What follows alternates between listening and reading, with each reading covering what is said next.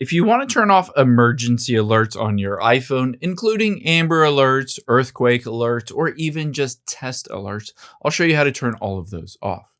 The first thing we're going to do is open up the Settings app on your iPhone.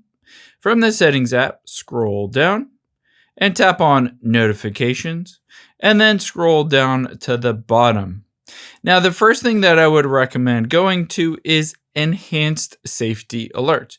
You can see you can choose to get earthquake alerts if there's an earthquake nearby, or imminent threat alerts. It doesn't specify what that is, but probably something like nuclear war or something like that. And you can always choose to improve alert delivery by sharing your location. But if you don't want those, you can always toggle them off. The next thing we're going to do is tap the back arrow, and you can choose to disable Amber Alerts by turning it off.